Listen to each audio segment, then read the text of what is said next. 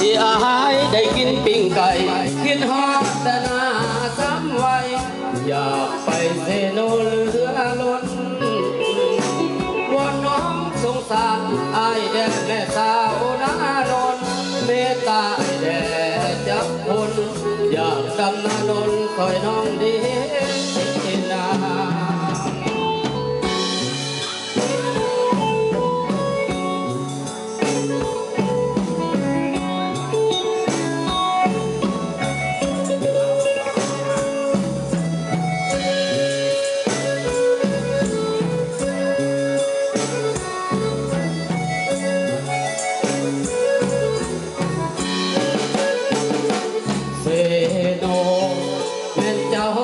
เป็นทางผ่าน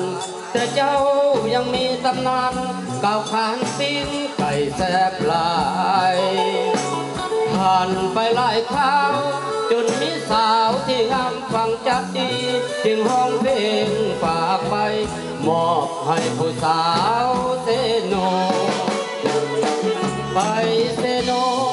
เธอได้ต้องกินปิ้งไก่ถ้าบ่ได้กินปิ้งไก่เหมือน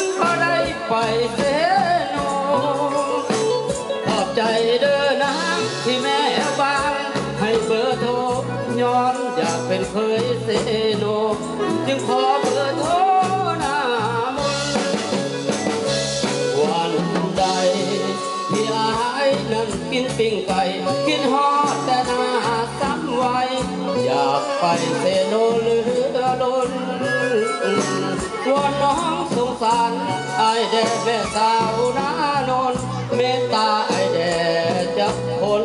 อยากดำนาโนนสวยน้องนี้